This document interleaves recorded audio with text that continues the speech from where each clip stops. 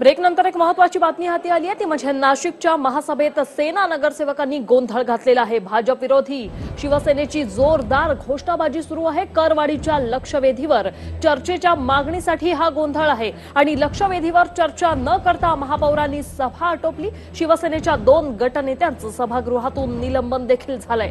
अमृत योजनेच्या अंमलबजावणीवरून हा सगळा गदारोळ जो आहे तो सुरू आहे। हा सगळा गदारोळ सुरू आहे नाशिकच्या महासभेत।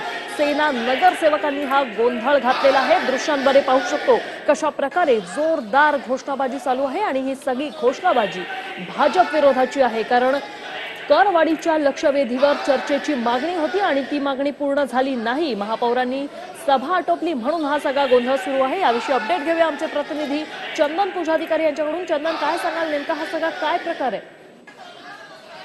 तर करवाढीमध्ये शहरामध्ये जी काय करवाढ झालेली आहे त्याचा विरोध म्हणून गेल्या काही दिवसांपासून शहरामध्ये वातावरण जे आहे ते राजकीय वातावरण बिघडलेलं आहे।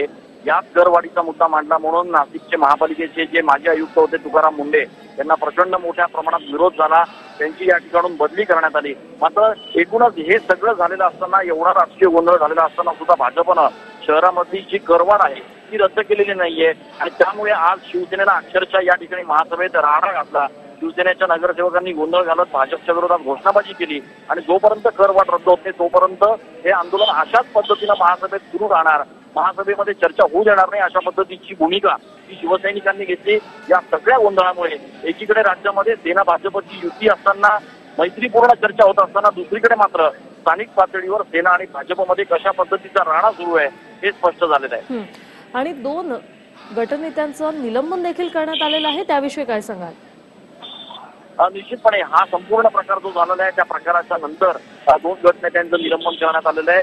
आता ही सगळी कारवाई होत असताना यामागे मोठ्या प्रमाणात राजकीय वाद जे आहेत ते सेना आणि भाजप यांच्यामधले समोर आलेले आहेत। करवाढीचा मुद्दा, ज्या मुद्द्यावरनं आतापर्यंत सेना आक्रमक होती, ज्या मुद्द्यावरनं भाजप देखील आतापर्यंत आक्रमक होती आणि त्यामुळे तुकाराम मुंडे यांची बदली करावी अशी भाजपची देखील भूमिका होती। मात्र आता ऐन निवडणुकीच्या तोंडावर भाजपनं देखील आपली भूमिका बदलली आणि करवाढीचा मुद्दा जो आहे तो त्यांनी उपस्थित केला।